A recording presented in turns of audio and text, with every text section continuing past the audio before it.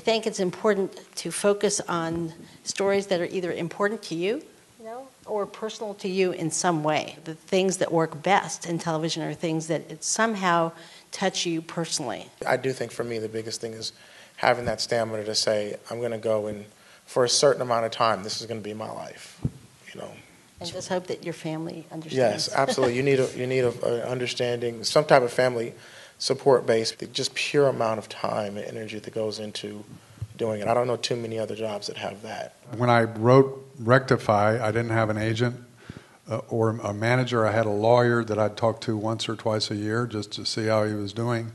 And, promise there's going to be a 5% one day. I just don't know a 5% of what. We made it in some ways like an independent film, that first season of 6 episodes. And I got to cast, anybody I wanted to cast except for one time, and got to have didn't have a lot of influence by the studio, for better or for worse. We're a casual group. We, for anybody who's been in a network setting, we're not that.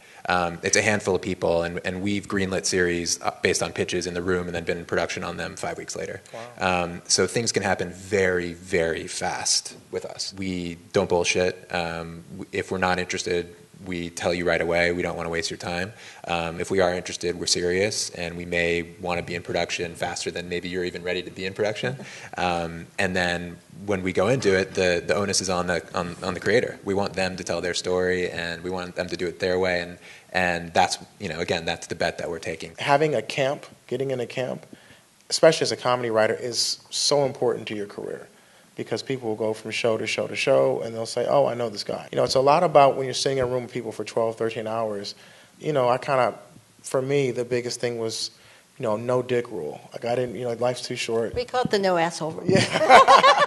Life's too short, and one of those guys or girls in the room can ruin your life. Know what you want. I think that's the biggest thing as a showrunner or just a writer in general. Know what you want and be persistent with whatever it is you're trying to say and clear and lucid.